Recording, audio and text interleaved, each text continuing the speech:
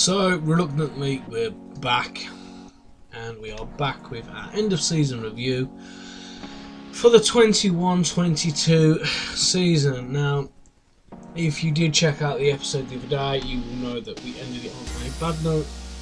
We also ended it 5th in the table. So let's see who were our award winners.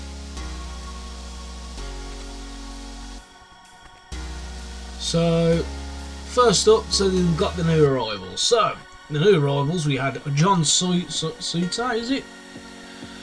One of my Scottish friends will probably berate me for the way I've said that. So he joined in January for 750k. We had Jason Cummins on a free transfer. Jack Byrne came for 143,000. Tyreek Johnson on a free. Ben Pearson joined for 58 grand. Harry Chapman came in on loan.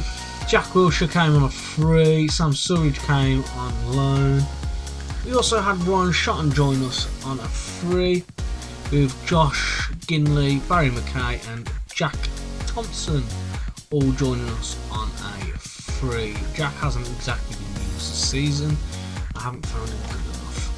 So yeah. So other than that, let's see the season's results. So we qualified for the Europa Conference, so at least we have a bit of European football to look forward to. That was the final Premier League table, Scottish Premier League that is, well, Premiership. And quick flick through the results. So yeah, I think that period here in December really killed us, not getting any points on the board.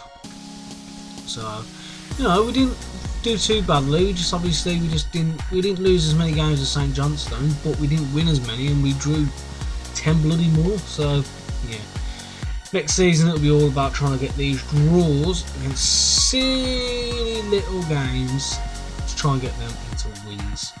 So yeah, that'll have to be the target for next year, to turn some of these draws to wins. Europa League, we were knocked out against Celtic, obviously in the playoffs. As the Europa Conference, we did lose in the group stages, finished 3rd.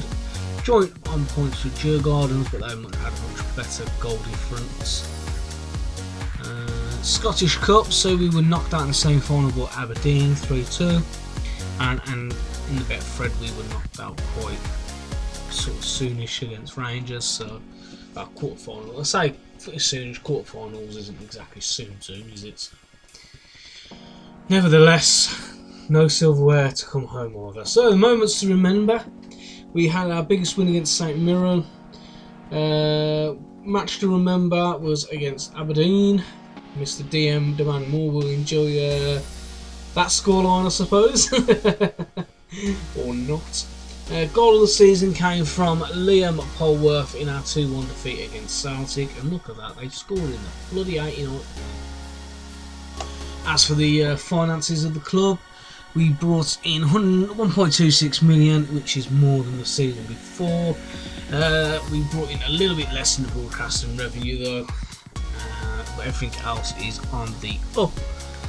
So yeah, Cummins is the top of the shirt sales.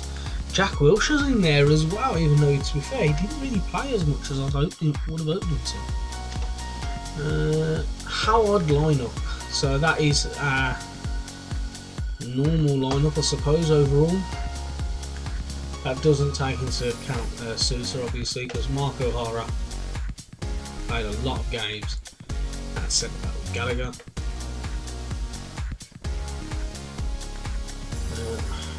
Annoyingly he gets in there, but not because he's the best player in that position, it's just because he was probably one of my only players in that position that performed, well, that could perform in a natural position. So I am going to work on that slot there. But to be fair, I think I'm going to work on the whole of the left side of midfield in the summer. So I got myself Manager of the Month twice this season. As for the club awards, Fans Player was Declan Gallagher, Young Player of the Season Harvey White, Sign of the Season was Suter, and as we said, Goal of the Season was Polworth. Top scorer, again we mentioned as Cummins. Most assists was Jack Byrne. Most player of the match awards was Suter, even though he came in late. And the highest average rating was Mr. Gallagher again. Record breakers, so Cummins scored the most overall goals by a player in the season. Most goals by a player in a match, so Mark O'Hara got our first hat-trick. Worst discipline was Ben Pearson. Loves a yellow card, Ben does. Obviously our high transfer fee is now John Suter. Highest receivers for Alan Campbell, 2.43 million. And the oldest goal scorer is Declan Gallagher. So that brings an end to this season's little award ceremony. I hope you guys have enjoyed it, and I will see you for season 3 next week. Guys, thank you very much for checking it out, and I will see you soon.